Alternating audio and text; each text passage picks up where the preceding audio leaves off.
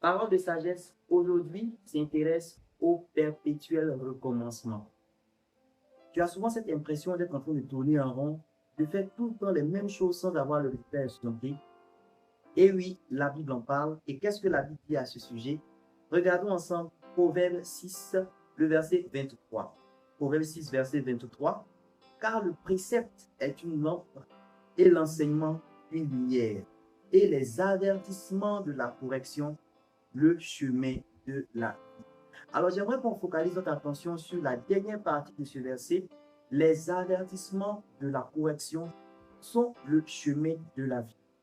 Et oui, la Bible attire votre attention bien sur cet aspect. Le Seigneur a plusieurs manières de nous parler.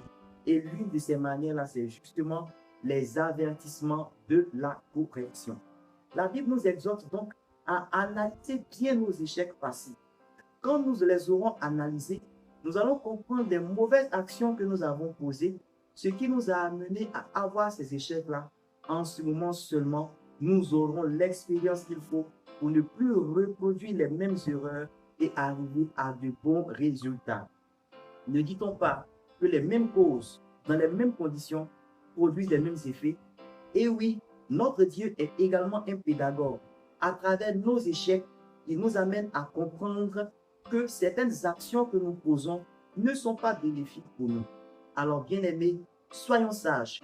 Et être sage, c'est également savoir tirer les leçons de ces échecs passés.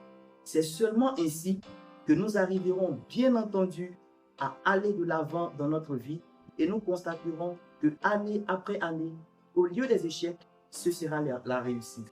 Au lieu des difficultés, ce sera de braver toutes ces situations-là et de réussir à remporter de grands défis. Soyons donc sages, tirons les leçons de nos échecs passés.